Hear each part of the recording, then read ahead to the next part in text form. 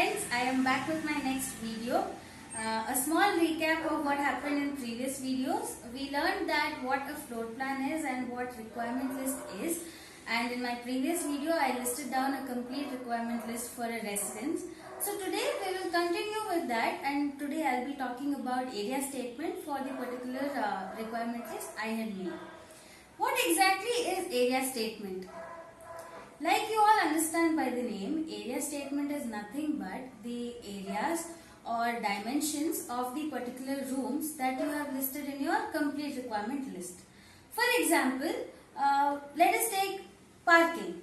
What happens in parking is that right now if you have two-wheeler and in future you will have to accommodate a car for your family, you will have to start thinking about having a parking space not only for a two-wheeler but also for a car.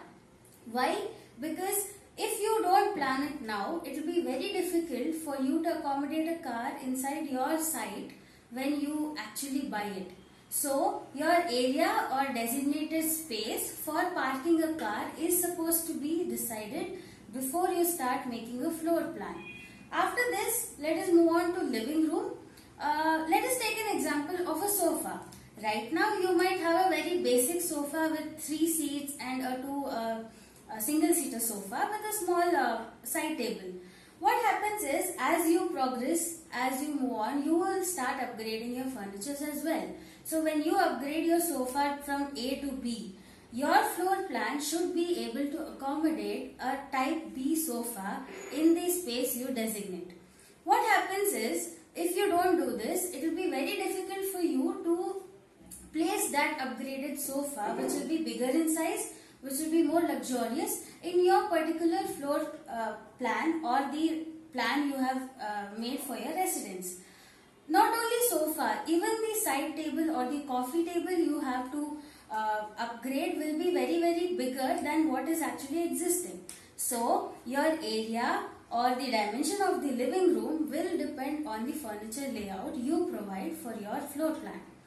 After your living room, if you talk about bedrooms, what happens in bedrooms is that if you don't plan what kind of a wardrobe you want for now and for future, the space requirement for a wardrobe or the space required for having a type of wardrobe, because if you have a hinged door wardrobe or a sliding door wardrobe, the area requirement for each will change.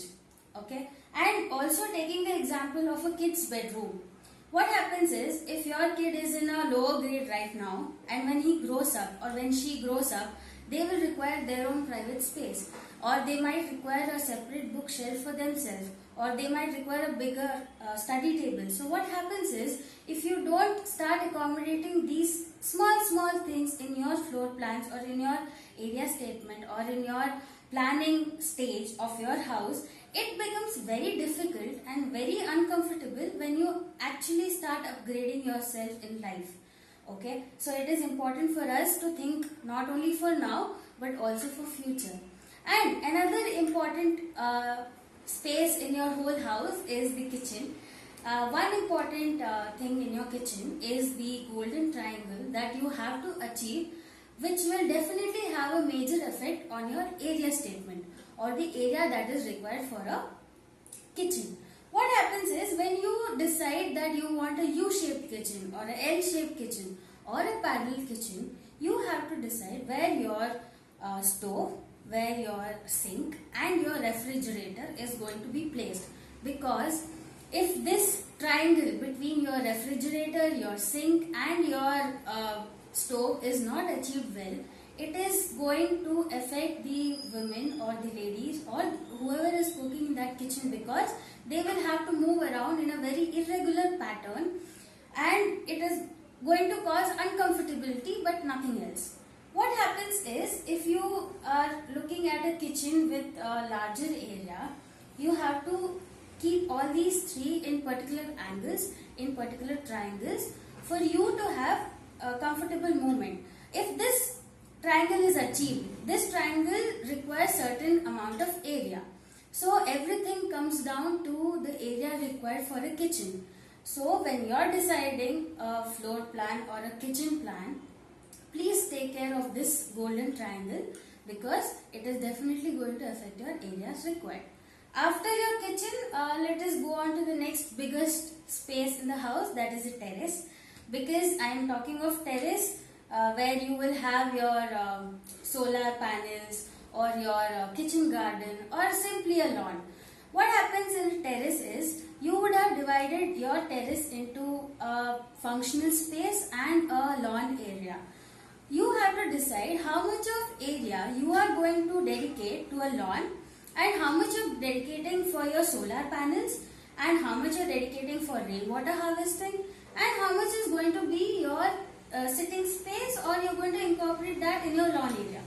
So even in your terrace, which is basically people conclude it to be open and you don't require any kind of area division in your terrace, it is required because your sitting space might vary or might not be enough for your whole family if you don't decide how much of area you're going to dedicate for that. And your garden, if you are a person who loves nature, who loves gardening, for you that would be a part of interest where you will have to decide how much of area, maybe 50% of your terrace area can be your lawn and the rest 50 can accommodate your family space as well as make provision for your solar panels. So when it comes to area statement, after your complete requirement list, you will have to sit and decide what kind of furniture you want, what kind of bed you want, what kind of side table you want, what kind of sofa you want to upgrade. Not only for now, but you have to think about what you're going to upgrade in coming future. Therefore, area statement is very, very important after your requirement list, and this is what is going to come out on your site. One more important thing about area statement is it is purely dependent on the site dimensions or the area available to you. So, it is very, very subjective. If you cannot accommodate everything in a single floor, there is always an option of going multiple floors, because if you have for example, if you have a 30-40 site, okay, and you want to have a 3 BHK house in that, but it is always better you have multiple floors, because if you have everything on a single floor, it might get congested. So when you are deciding that conclusion, what you get from your complete requirement list, and your area statement will decide the number of floors you're going to have, the type of parking you're going to have, and how much of division of space you're going to have. So in my next video, I will be talking about your other detailed drawings such as electrical drawings or your plumbing drawings or other elevation section. So please stay tuned, and of course please do like and share my video. Thank you.